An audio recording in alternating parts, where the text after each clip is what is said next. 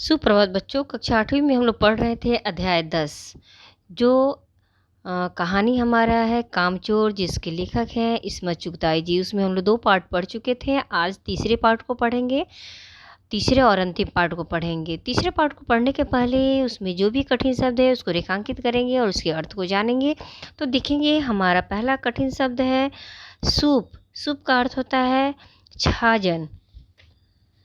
आगे है लष्टम पष्टम यानी जल्दी जल्दी, निसंकोच यानी बिना हिचकिचाहट के, रौंदती यानी कुचलती, मेंगना मेंगना यानी गिली के आकार में मल, बम्बार यानी बम बरसाने वाले। उसके बाद मुहावरे जो है उस पृष्ठ में उस मुहावरे को रेखांकित करेंगे। बेनकेल का ऊँट होना मुहावरे है जिसका अर्थ होता है बिल्कुल अनियंत्रित हो जाना। भेड़ चाल होना यानी बिना सोचे समझे अनुसरण करना। सीना तान कर उठना मुकाबले के लिए तैयार होना। चढ़ बैठना यानी नुकसान पहुंचाने की कोशिश करना। पेट की कड़ाही में झोंकना। पेट की कड़ाही में झोंकना का अर्थ होगा जल्दी जल्दी में खा लेना। आगे के पृष्ठ में देखेंगे कठिन शब्द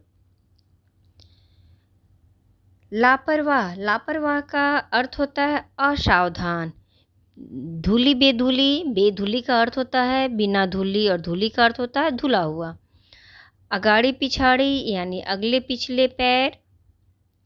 काबू यानी नियंत्रण। पटिया यानी पलंग की लंबाई में लगी हुई मोटी लकड़ियाँ। उस पृष्ठ में जो मुहावरे हैं प्रलय मचना का मुहावरे है, अर्थ होता है हाहाकार मच जाना। अब आगे के पृष्ठ में देखेंगे कठिन शब्द व्याकुल। व्याकुल होना का अर्थ होता है बेचैन। ब्रेक लगाना यानी रुक जाना। मातम यानी दुख। उस पृष्ठ में जो कठिन शब्द है उसको भी रेखांकित करेंगे। देखेंगे उस पृष्ठ के मुहावरे को तीर निशाने पर बैठना यानी अनुमान बिल्कुल सही निकलना। बागी होना विद्रोही हो जाना या बगावत कर देना। आंसू पोंछना नुकसान पूरा करना। कोर्ट मार्शल करना यानी सज़ा सुनाना। ये तो हमारे कठिन शब्द और मुहावरे हुए। अब हम लोग अंतिम पार्ट तीसरे पार्ट को पढ़ेंगे।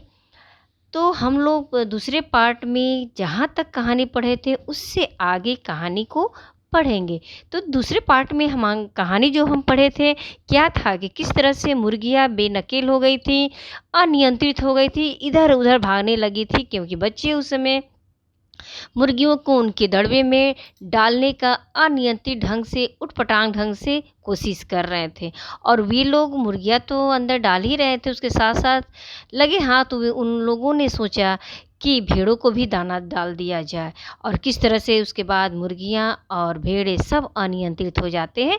उसके बाद हम लोग देखेंगे आगे क्या होता है। दिन भर की भूखी भेड़ें दाने का सूप देखकर जो सबकी सब झपटी तो भाग कर जाना कठिन हो गया। लष्टम पष्टम तख्तों पर चढ़ गईं।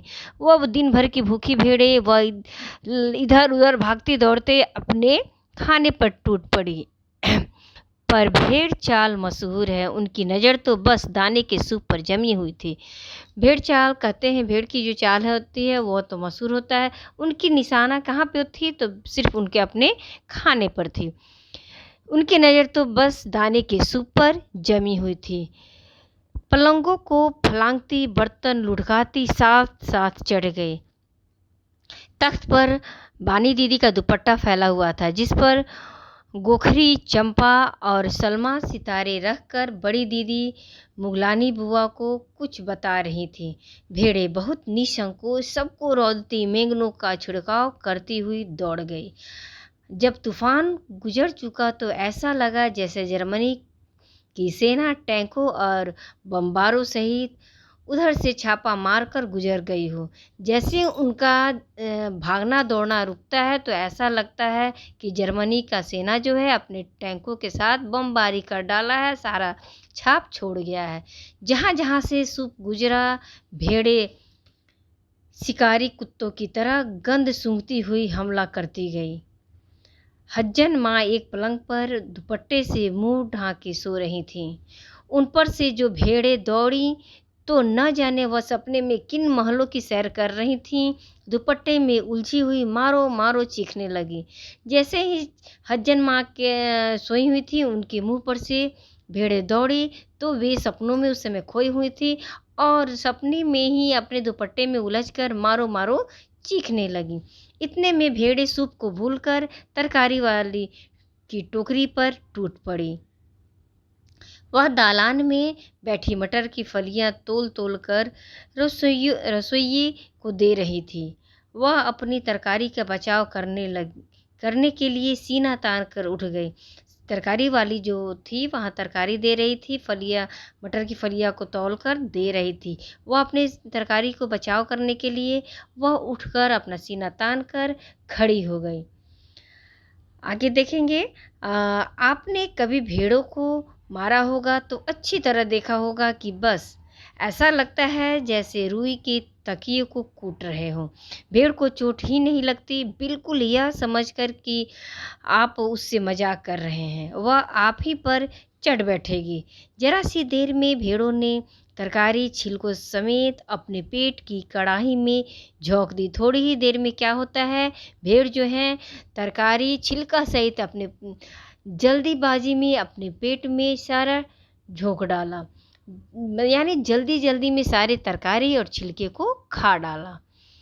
इधर यह प्रलय मची थी। आगे पृष्ठ में देखेंगे। इधर यह प्रलय मची थी, उधर दूसरे बच्चे भी लापरवाह नहीं थे। इतनी बड़ी फौज थी जिसे रात का खाना न मिलने की धमकी मिल चुकी थी।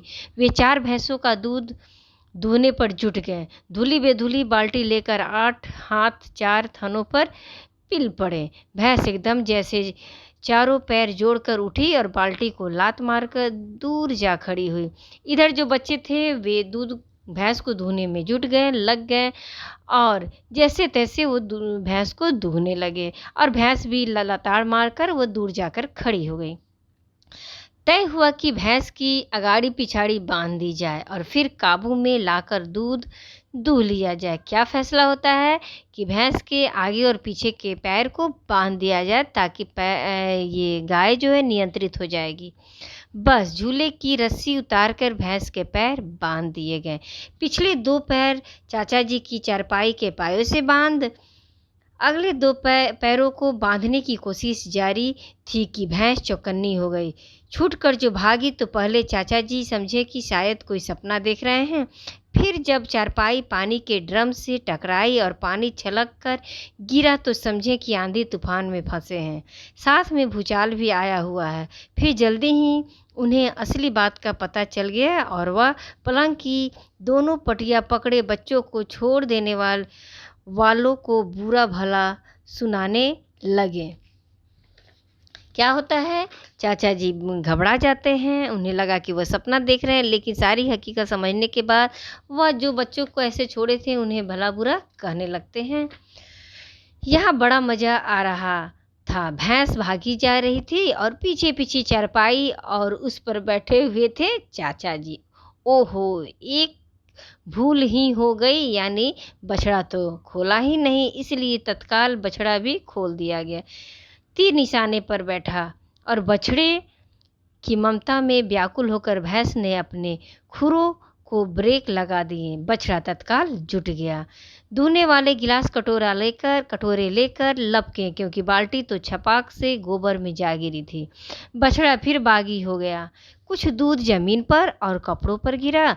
2-4 धारें गिलास कटोरे पर भी पड़ गई। बाकी बछड़ा पी गया। यह सब कुछ मिनटों के 3/4 में हो गया। घर में तूफान उठ खड़ा हुआ। ऐसा लगता था जैसे सारे घर में मुर्गियां, भेड़े, टूटे हुए तसले, बाल्टियां, लोटे, कटोरे और बच्चे थे।